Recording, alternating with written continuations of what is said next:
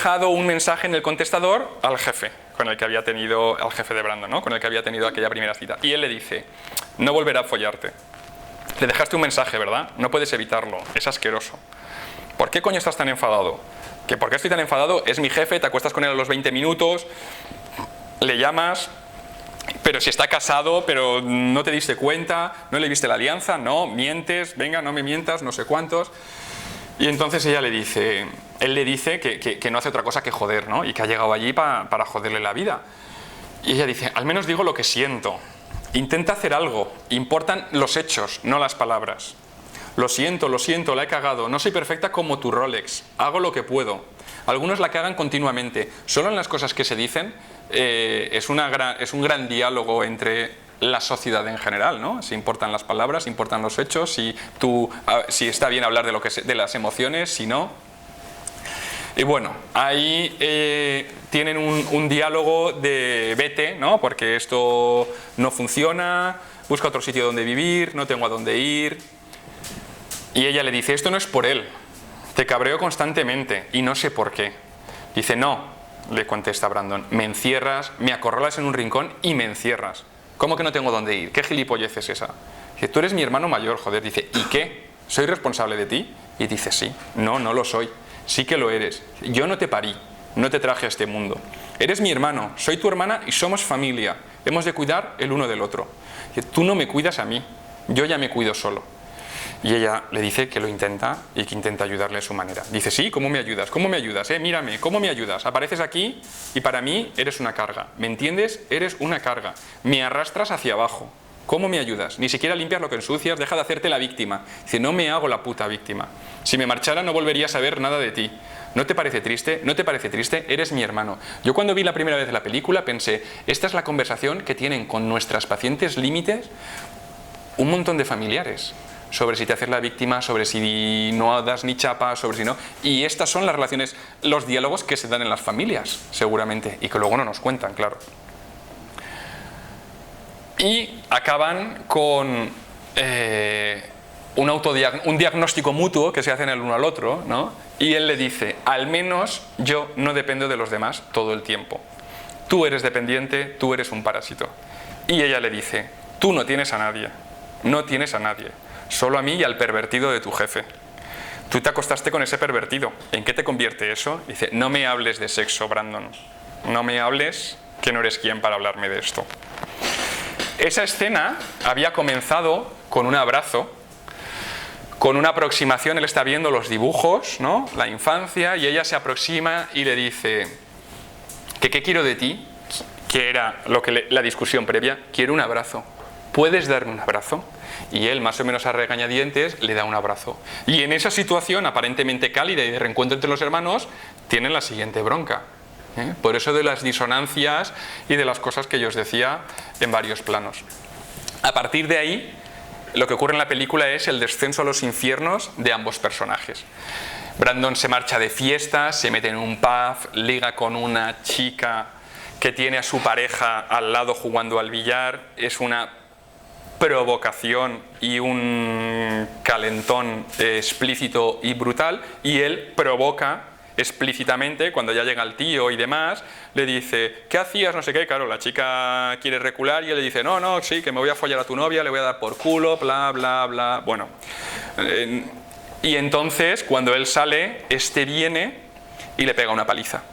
Todo esto se vuelve a montar con música clásica de fondo y lo que se ve es que él va andando por la calle magullado y te van montando a flashes lo que ha ocurrido, ¿no? Te han enseñado el coqueteo y luego de repente lo que se ve es él andando magullado y te van enseñando un poco todo eso. Y él acaba yendo a una fiesta, haciendo el truco que se solía utilizar como varón triunfador de ahora cojo el móvil y me cuelo porque el portero no sé qué, y le dicen, no, hoy no. Se ríen de él. Y justo en la acera de enfrente, está el cuo. Y es el lugar al que se mete. Y el cuo es su descenso a los infiernos. Es un local de sexo homosexual explícito, de intercambio, de abusos. Y entonces él se va metiendo cada vez más en el local, también baja unas escaleras, también va descendiendo, mantiene relaciones sexuales con hombres y unas relaciones bastante intensas, y mientras todo eso ocurre, se escucha la voz de su hermana, es la misma escena que al principio, que hay unas llamadas por teléfono que no son atendidas y que le deja mensajes. Cuando toda esa escena avanza y él toca una puerta, tú no sabes, esa puerta le abre una persona, justo antes el mensaje es este: Brandon, te necesito. No somos malas personas, solo venimos de un lugar malo. Gracias por dejar que me quedara. Yo creo que esa frase es el núcleo central de la película y el núcleo central de lo que a ellos les ocurre. Yo creo que soy el que os lo está presentando. No he leído en ninguno de todas las críticas y todos los análisis sobre la película que se centraran en esa frase, pero yo creo que esa es la clave de la película y de su vida. Justo cuando eso se oye en el contestador y él no lo ha oído, él entra en esa casa que tú piensas es la casa de la amiga a la que se ha ido a refugiar la hermana. Bueno, tú piensas, no, yo pensé. Y lo que hay son dos mujeres con las que transcurre un trío sexual más o menos explícito, en lo que lo más llamativo es que las caras de Brandon de supuesto éxtasis son caras cadavéricas y de una expresión alejada del goce y de la satisfacción. Y bueno, llegué a leer la expresión, ¿no?, de un cadáver que no llega a satisfacerse, ¿no? Y a partir de que él sale de ahí, ve el móvil, va en el metro de vuelta, el metro se para porque ha habido un accidente que no se dice pero se intuye, y él, ahí es cuando hace el chip de que alguien ha saltado al metro, y dice: hostias, mi hermana. Y entonces tira a correr desesperadamente por la calle, otra vez Bach, el preludio y fuga número 16 del clave bien temperado, versión pianística de Glenn Gould, en ese movimiento, cuyo tempo de ejecución más bien lento, igual que con New York, New York, le añade una dimensión tierna y delicada a la par que trágica. Él entra desesperado corriendo a su casa mientras suena Bach, y cuando entra en el baño se encuentra la hermana que se ha cortado las venas, que es una escena bastante explícita y desagradable, que él hace por ayudarla y que, bueno, llama al móvil, emergencias y demás.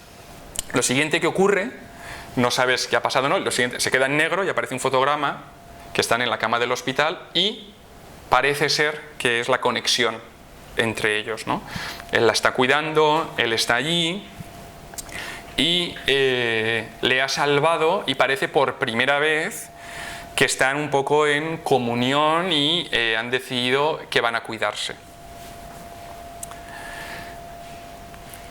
Eso es lo que ocurre aparentemente, pero él parece que antes tiene que derrumbarse totalmente para poder volver a florecer, diríamos, y sale a la calle corriendo en una tarde-noche de tormenta, viene de la noche anterior, de cuando le han pegado la paliza, el sexo y todo eso, su estado es bastante...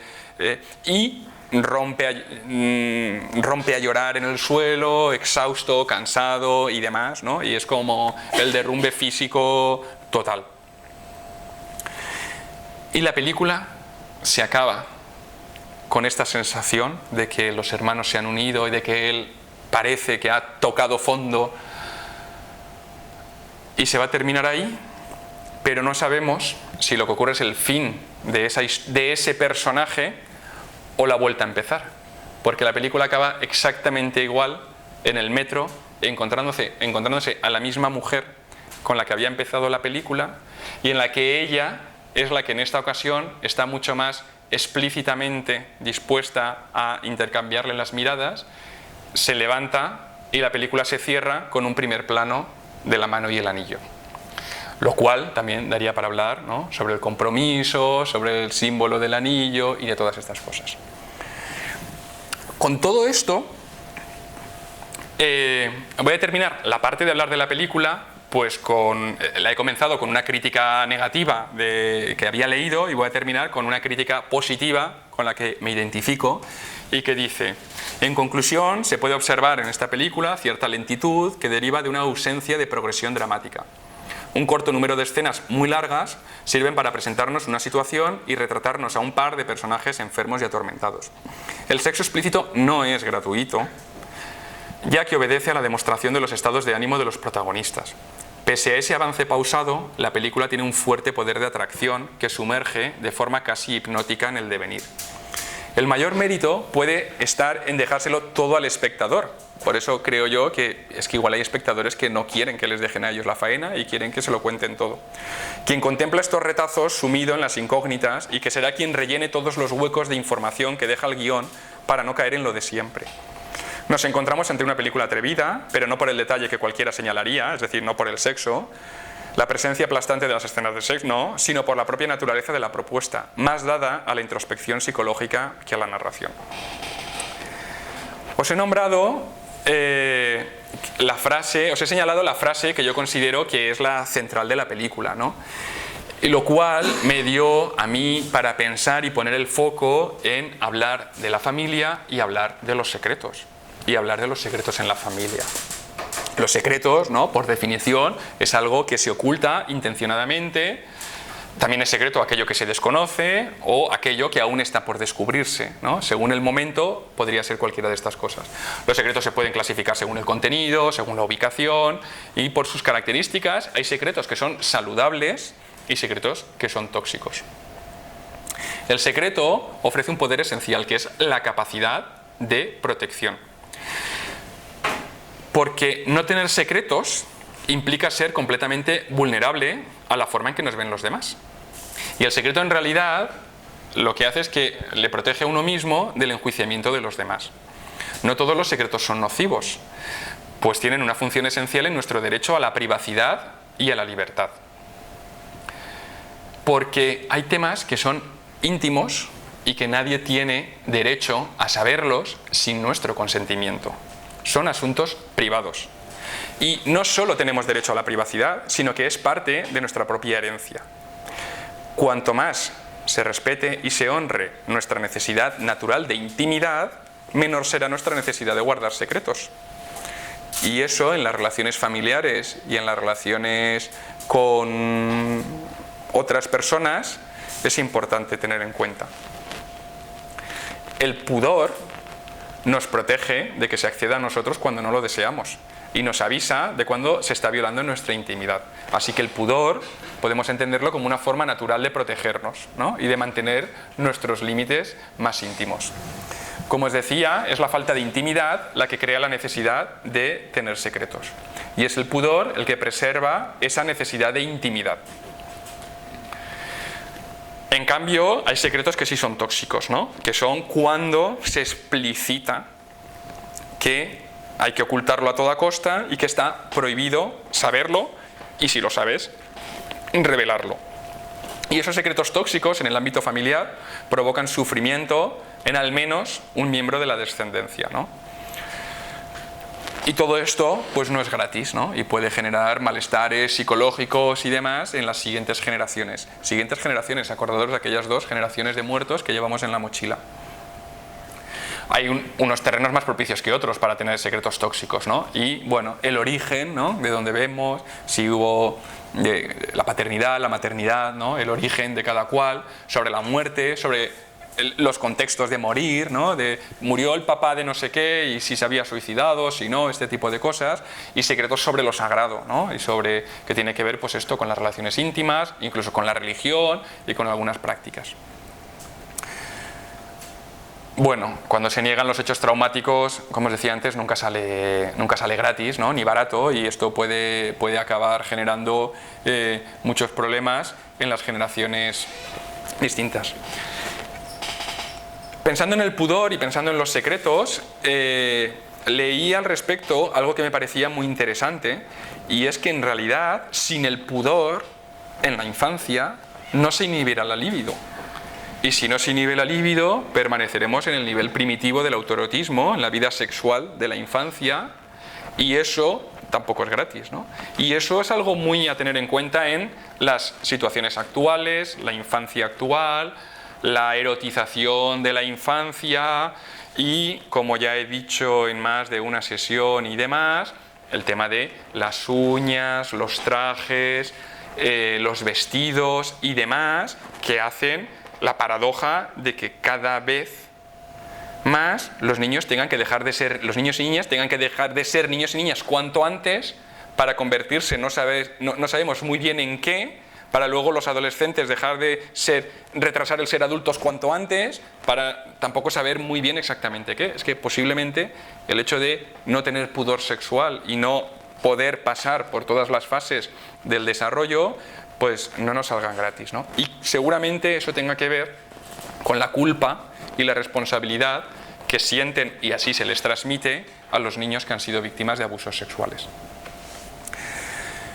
En contraposición a los secretos está el sincericidio, ¿no? Que es, no, yo tengo que contarlo todo y no puedo gestionar, no puedo tolerar el malestar que me genera ocultarte algo.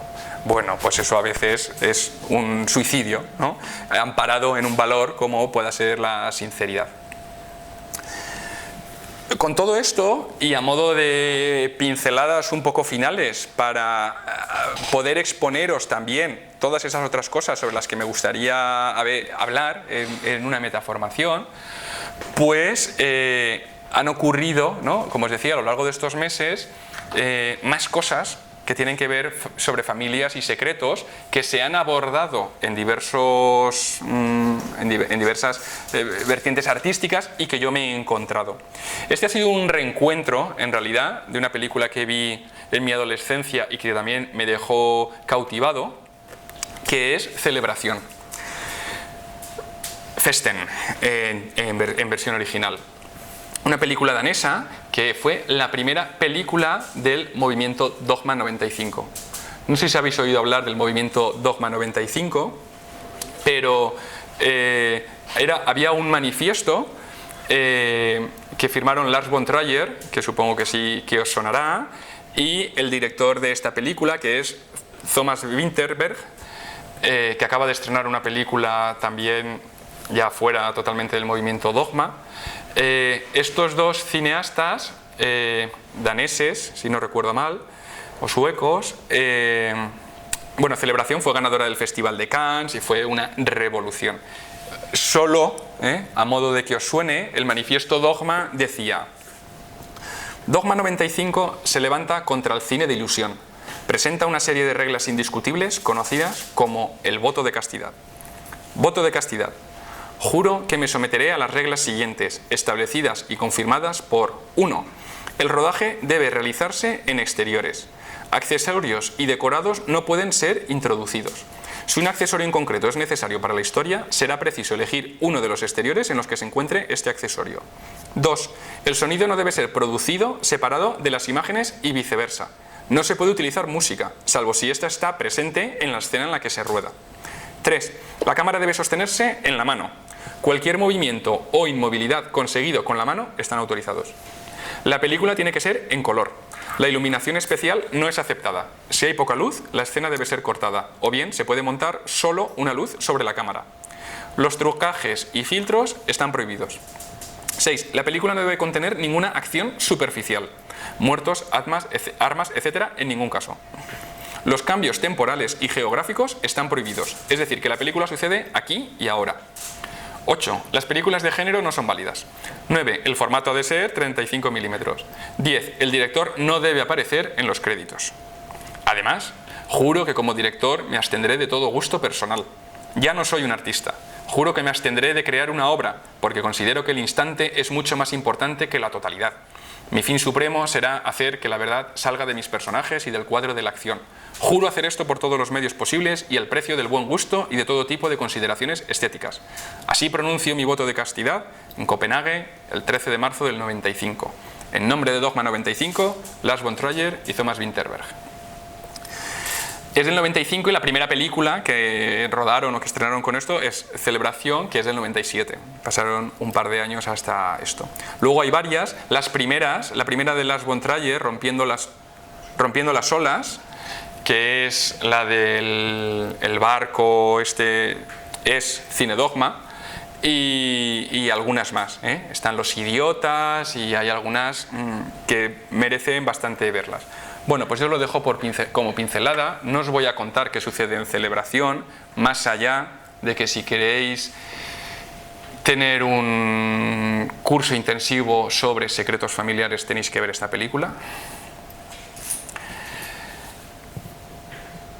Ayer recordé esta otra película que creo que no se ha hecho nunca una metaformación y la merecería, porque Savage Grace, que es una película del 2007 en la que la protagonista es Julianne Moore, está basada en una historia real de la mujer de un multimillonario estadounidense cuyo hijo adolescente acabó asesinándola. Él padecía de una esquizofrenia, pero en esa relación era una relación incestuosa, explícitamente incestuosa, desde la primera infancia. Y es muy interesante ver cómo se expone. Porque todo esto, ¿no?, al hilo de las conversaciones y de las reflexiones de los últimos días respecto al incesto, respecto al pudor, respecto a las relaciones familiares, pues me vino a la cabeza, ¿no?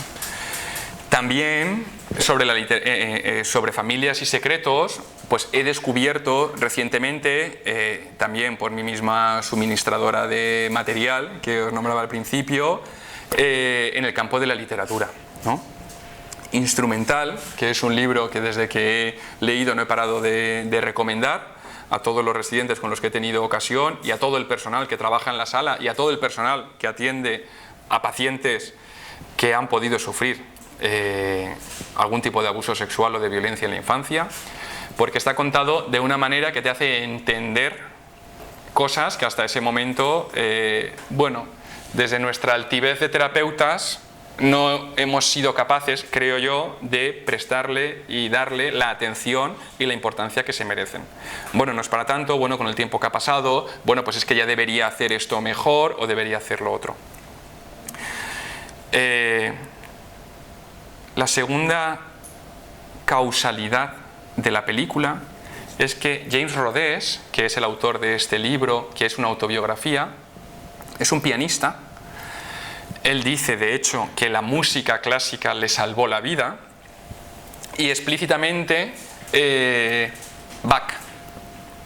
Y él considera el mejor pianista que ha existido en la historia a Glenn Gould, que es el que en la escena que os he dicho antes de la película interpreta una obra de Bach. Cuando yo me di cuenta de que esa causalidad también estaba ahí, pues me pareció fantástico. Yo resumiría todo el libro de Instrumental con una frase que dice James Rhodes, que es: si quieres joderle la vida a alguien, viólalo cuando sea niño.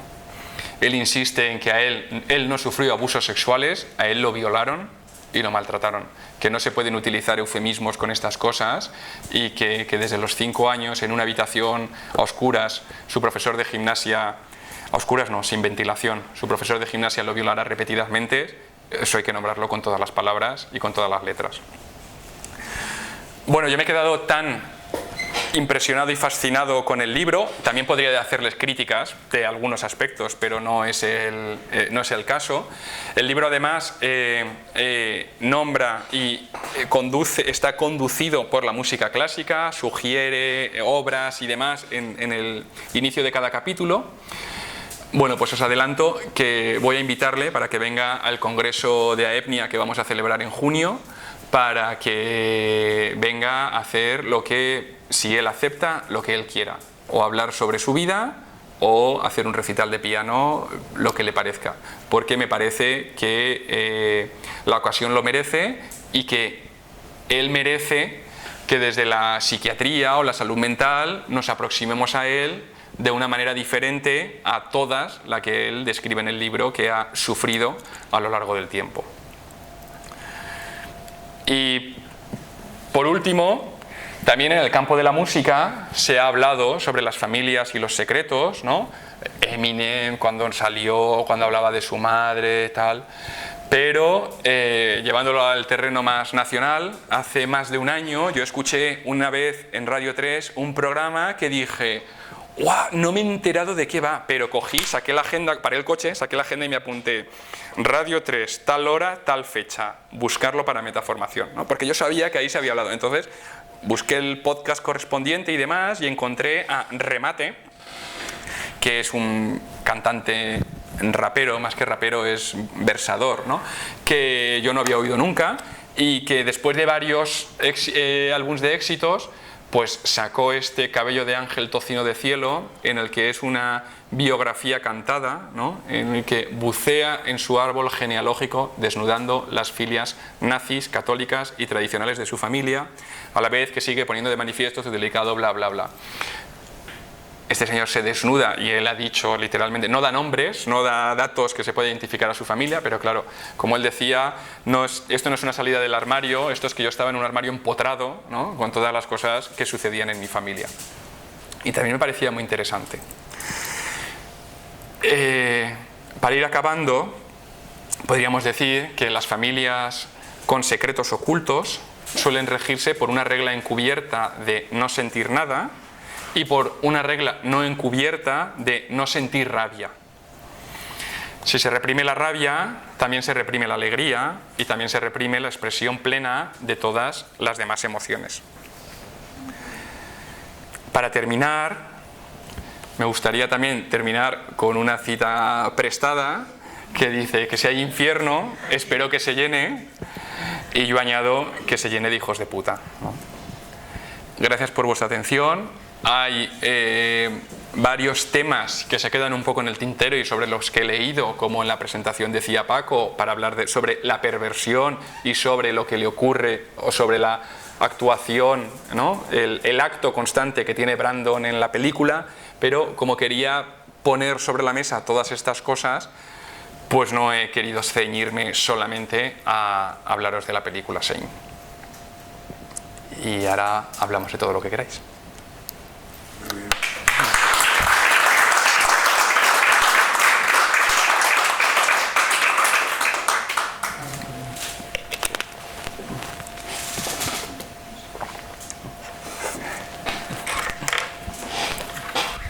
Pues darte la enhorabuena porque has hecho una metaformación magnífica y has lucido. ¿Tú recuerdas cuando yo te conocí? Te dije que yo había conocido a un actor que trabajaba en teatro de vanguardia en un grupo que se llamaba Los Goliardos, y yo te dije, te pareces muchísimo a un personaje de los que salían en una obra de Brecht, de aquella época, ¿no? Que se llamaba tanto. Y sí que es verdad que tienes sensibilidad artística y que sabes coser, ¿no? Sabes zurcir unas cosas con las otras, ¿no? Pero vamos, por hacer un poco, por acabar un poco tu exposición, a mí me gustaría preguntar al personal, ¿no? ¿Qué le pasaba a ese Brandon? ¿Qué lío tenía con la hermana, ¿no? ¿Y cuál era el secreto? Que pudiera explicar la perversión de uno y la perversión de la otra. O tú mismo. Bueno, vamos a dejar primero a la audiencia. Yo te agradezco que me hayas nombrado tanto. No puedo hablar mucho porque estoy bastante exótica. Cuando me recomendaron esta película, fue en un curso de dependencia emocional, y me la recomendaron porque nos estuvieron hablando de los tipos de apego, luego de trauma y de tratamiento con MDR, y hablaban de que viéramos esta película si queríamos ver un apego evitativo así muy claro para distinguir los tipos que viéramos esta película. Lo que no nos hablaron era del apego de la hermana, ¿no? Que sería un apego también inseguro, pero luego evitativo, pues ambivalente, ¿no? De los que van y vienen. A mí me impactó, hace muchos años que no la veo, pero la has recordado muy bien, porque estaba poniendo mucha situación. Y claro, esto es una cuestión de cómo los han criado, ¿no? El secreto Es muy difícil de atinar, pero todos pensamos en que ha habido algo sexual con alguien que lo tocaba cuando eran niños, cada uno de una manera. Ese es el secreto que yo creo que guardan.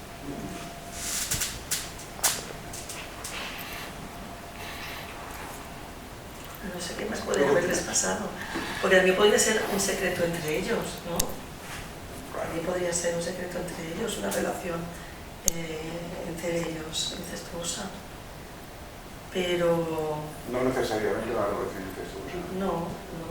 Pudieron otras cosas. Pudieron haber pasado. Pero que la película precisamente lo que deja abierta es la posibilidad de que el espectador se pregunte qué pasa, ¿no? O qué ha pasado. Nosotros como terapeutas pues vemos la película y aquí qué ha pasado, ¿no?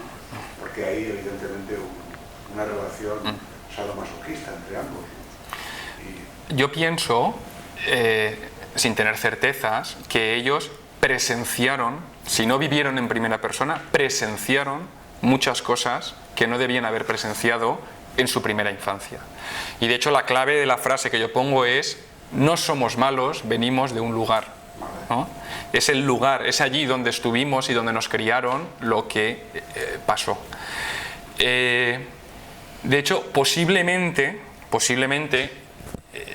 lanzándome un poco más, ¿no? Y yendo un poco más allá, el hecho de no haber sufrido en primera persona les ha permitido a los dos ser personas, cada una en su entorno, de relativo éxito, y de haberse, en el caso concreto de Brandon, haber permitido tener una coraza de protección, bueno, que con reprimir y ocultar partes de todas esas dificultades, en otros ámbitos pues se ha podido manejar, ¿no? Mi impresión es que si además hubieran sido unas víctimas repetidas, porque no sabemos, ¿no? Pero bueno, repetidas de abusos sexuales, hubiera tenido mucho mayor coste en el desarrollo, porque como nos muestran a los dos, no es solo un único personaje, ¿no? Nos muestran a los dos y nos muestran cómo cada uno de ellos pues lo ha elaborado o se ha desarrollado de una manera. Al hilo de esto, ¿no? Yo creo que lo interesante respecto a la perversión que tiene Brandon, ¿no? Es cómo él cosifica a la mujer, a la relación, porque él no tiene sexo con una mujer, ¿no? Con una mujer como persona y como ser humano, con una mujer completa, sino que él tiene sexo, ¿no? Y él tiene sexo con vaginas, tetas, bocas que dan igual al final si son de una mujer o si son de un hombre, como cuando entra en el cuo y sucede todo lo que sucede, y él creo, ¿no? Que por eso es la perversión y la... Bueno, tú sabes que yo no domino bien todo el discurso explicativo al respecto, pero no sé si el fraccionamiento, ¿no? Y la escisión que hace de la parcialización de pues esto, ¿no? Del objeto temido o por lo menos amenazante, pues hace que tenga ese tipo de relaciones tan desde fuera aparentemente brutales y segmentadas, ¿no? Eso es un poco como yo lo veo. Sí, ella es una borderline, ella tiene un trastorno límite de la personalidad, es decir, ella le afectó el desarrollo de su personalidad, sin embargo a él le afecta, él es un perverso sexual, él es un perverso sexual, y la perversión sexual en él, esta sexualización brutal de todo, ¿no? O de casi todo, esa sexualización es un mecanismo de defensa para sentirse vivo.